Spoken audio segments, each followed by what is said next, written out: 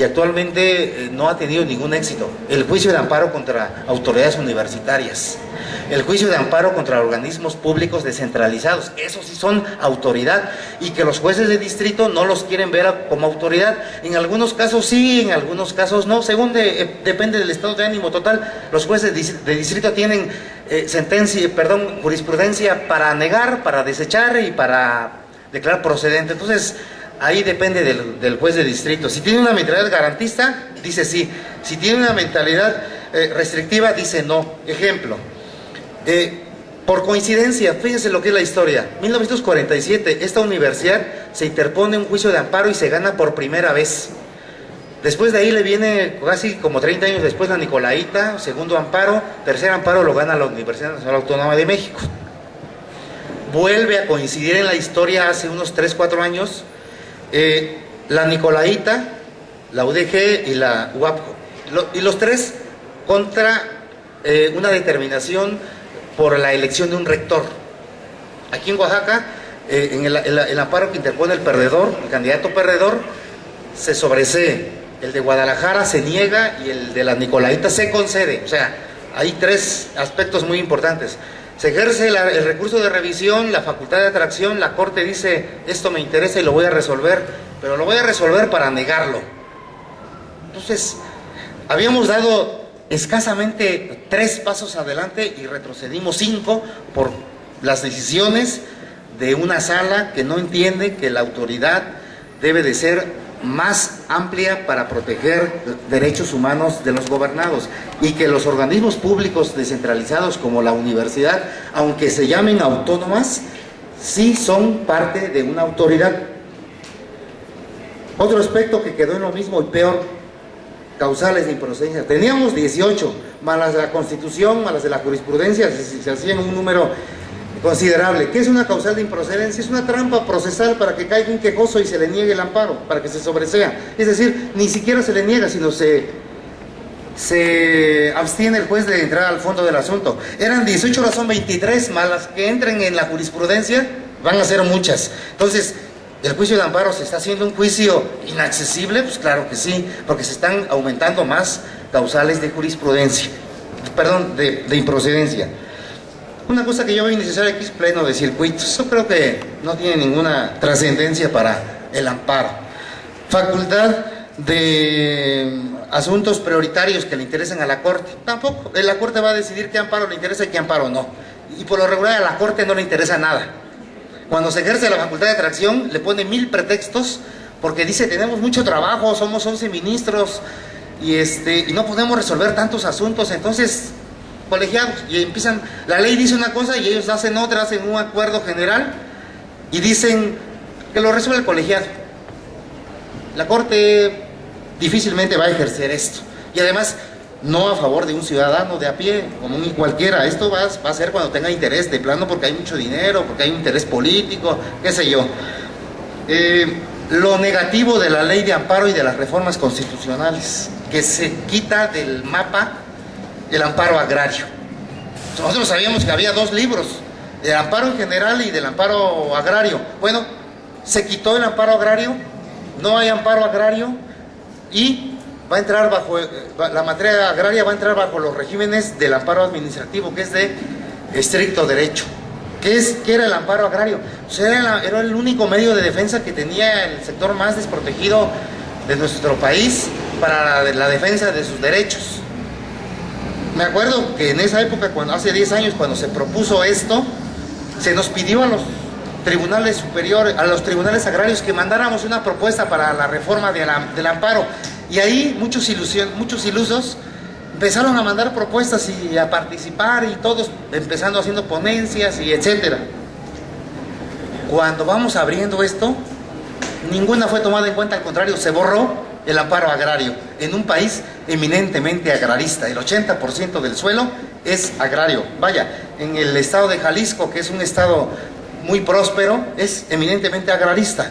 Y ahí nuestra petición fue, quien haga la ley, por favor, hagan juzgados de distrito especializados en materia agraria, hagan tribunales colegiados especializados en materia agraria, y cuando menos la Suprema Corte de Justicia, que conozca de la materia, tenga gente preparada en materia agraria para que haga sentencias afines a los principios que rigen la materia agraria. ¿Por qué? Porque nos dábamos cuenta que los amparos agrarios, indirectos como los directos, tardaban mucho en resolverse. Entonces, en plática que tuvimos con los personal del Tribunal Colegiado de Juzgados de Distrito, dijeron, es que cuando llega un amparo agrario nadie le quiere meter mano, todo el mundo le rehuye, y los vamos acumulando, y cuando llega un secretario nuevo de los que entran, le decimos, órale, aquí está tu carga de trabajo, todos los amparos agrarios son para ti. ¿Por qué? Porque la materia agraria se rige bajo reglas muy específicas. Son reglas muy técnicas, así como se manejan en la materia fiscal, que implica conocimientos de economía, contabilidad, finanzas, etc. La materia agraria tiene conocimientos de sociología, indigenismo, antropología, topografía, agrimensura, etc. Entonces, entender una cuestión agraria no es tan fácil. Llegó al extremo en ese circuito, pues que hasta se ofertaron 2, 3 plazas en colegiados, en juzgados de distrito, para que se fueran a cubrir por gente que conociera la materia agraria. Entonces, ¿cómo recibimos o cómo se recibe la materia agraria con esa nueva ley de amparo? Pues con la materia administrativa de estricto derecho. O sea, un error que se cometa no va a poder ser corregido por el juzgador. Tendrá un sujeto de derecho agrario para pagar para un abogado especializado en amparo agrario y pueda analizar una demanda y obtener una sentencia favorable. Yo creo que en este caso va a ser perjudicial. Eso es, en términos generales, lo que yo creo que el legislador, claro, esto está apenas en veremos. Ojalá la Cámara de Diputados y ustedes, nosotros, la sociedad civil, le hagamos ver a los señores legisladores, no desaparezcan el juicio de amparo en materia agraria, porque vamos a estar en una etapa regresiva en nuestro país, en un sistema de injusticia social. Hay que recordar que el amparo se hizo precisamente para tratar de aliviar las grandes injusticias que propiciaron las revoluciones que nos dieron muchas constituciones en nuestro país. Si nosotros no queremos una revolución, un movimiento armado en un momento de estabilidad social, entonces démosle justicia al campo a través de su único mecanismo que disfrutaba el sujeto de derecho agrario, que es el juicio de amparo en materia agraria. Casi como a manera de conclusión, me gustaría formularles una pregunta a los apologistas de las reformas constitucionales, a los que escriben libros y cobran en el gobierno o en alguna otra dependencia para que elogien las intentonas para remediar este sistema de injusticia y de impunidad. ¿Por qué dicen que el juicio penal es público, es contradictorio, es adversarial, es un juicio propiamente? ¿Y por qué permiten que esté el procedimiento abreviado cuando no es juicio, cuando no es contradictorio, cuando no es adversarial, que causa tanto daño o ha causado tanto daño a la humanidad? ¿Por qué no dicen o se niegan a investigar para encontrar a una persona si es o no responsable? ¿Y por qué se lo impone el artículo 17 y el artículo 21? Justicia pronta y expedita, Ministerio Público que investiga los delitos, policía que la auxilia. ¿Y por qué en el procedimiento abreviado queremos la confesión lisa y llana del imputado para no investigar y para imponerle una penalidad, a cambio de imponerle una penalidad de las 2/3 partes de la penalidad mínima? ¿Por qué? ¿Por qué, si se dice que se está reformando la Constitución para proteger los derechos humanos de los ciudadanos, por qué constitucionalizaron el arraigo? Si la jurisprudencia de la Corte ya había dicho que era anticonstitucional. ¿Por qué permiten que exista el régimen de excepción en tratándose de delincuencia organizada? Pero cualquier ciudadano, según sus reglas, puede llegar a caer en este grandísimo mal. ¿Por qué permiten el cateo? ¿Que no dicen que con el nuevo sistema de enjuiciamiento penal la prisión preventiva es una medida ya casi que no se debe de utilizar como una excepción? ¿Y por qué es en la Constitución una medida, una medida oficiosa? Por eso se llama prisión preventiva oficiosa. ¿Por qué entonces? ¿Por qué el amparo, esta minuta, no contempló al juicio acusatorio adversarial, comúnmente denominado oral? ¿Por qué? Si en una audiencia a un quejoso, perdón, a un imputado se le impone una sentencia condenatoria y la defensa quiere formular en ese acto, interponer un juicio de amparo penal directo en contra de esa resolución, ¿va a proceder? Es un juicio oral. ¿Por qué la ley de amparo no contempla esa excepción y sigue exigiendo el mecanismo de la demanda por escrito? ¿Por qué? ¿Por qué no se unificaron este sistema de cosas? ¿Y por qué se nos dicen a los gobernados que se reforma para el bien, para el sistema garantista, pero vemos que en los hechos no es así? ¿Qué podemos nosotros hacer? Primero, leer, investigar. Somos estudiantes, somos profesionistas. No digerirnos lo primero que nos ponen, ni porque emana de una alta editorial un libro que viene empastado muy elegantemente y dice: nuevo sistema penal acusatorio en el estado de Oaxaca. Estamos a la vanguardia de los sistemas de justicia. Somos el número... No, eso no es cierto. Es una triste realidad, pero tenemos un sistema de justicia deplorable. Un sistema de procuración de justicia muy atrasado.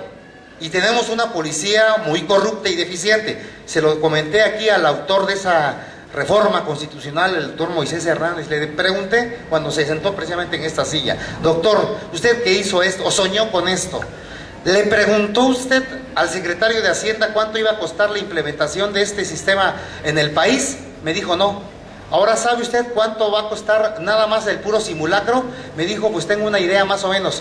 Por eso en el estado de Oaxaca se ha repetido, se ha reformado, la reforma se ha reformado, y en la región de la costa creo que entró hasta la tercera ocasión.